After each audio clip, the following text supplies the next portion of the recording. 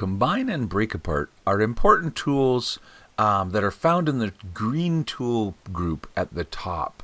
Combine looks like a paperclip over top of 2 pages, and break apart looks like sort of the separated 2 pages. Let's see, to get started with showing this combine and break apart, why don't we do an empty workspace and then create sort of like a couple of shapes. And so I'll draw some kind of a rectangle, and then I'm going to put a circle or an ellipse on top. And so we have 2 shapes. And if right now, if you select both of them, they're 2 individual shapes. But if I combine them together, they become 1 shape. And so notice once I clicked on the combine tool that I now have a single piece of artwork, and my single piece of artwork has an outside boundary and an inside boundary. And you can kind of think of the inside boundary like a hole. In other words, if I click on fill to show my artwork filled in, notice that I have red where the square is filled but not where the circle is on top. And notice that if I click on, so I have that sort of shape selected, and that break apart is an option. And when I click on break apart, we go back to having a circle, let's just change its color, over top of, or underneath of, but I'll make it over top of a square. So 2 individual shapes.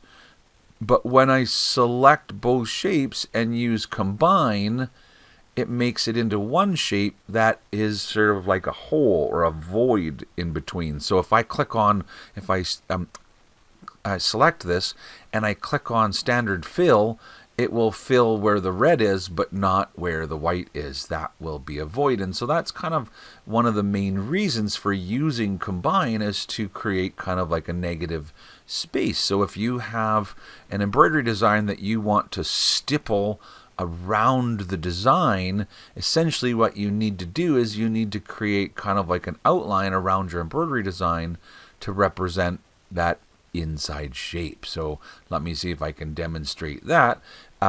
Let's go ahead and here, let's take the little whale from this design and copy it, and then over here let's create a square.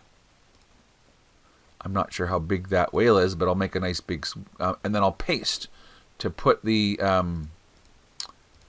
whale on top. And so here we have the whale. If you wanted to stipple around the whale, right now if you click that big fill, it will stipple over, or I guess underneath the whale, right? So it's going to put stippling all in the background, but the whale's going to sew on top of it. So I'll hit undo to get rid of that. And so the point here is, I'm going to use a tool that you may have learned about in another video called Create Outlines. We'll ask it to create 1 single outline at, around, 0.2 of an inch or 0.1 of an inch around the whale. So when I say OK, the program creates the shape. Can you see the shape that it created? And now what I can do is I can use that shape. So I selected that shape, and I'll select the square. So I have both of them selected, and then I'll use combine. And so notice now that if I click on fill, that it fills around the whale, or if I click on, stipple embroidery fill, then it will stipple embroidery fill around the whale. And so that's one of the main uses for the combine tool.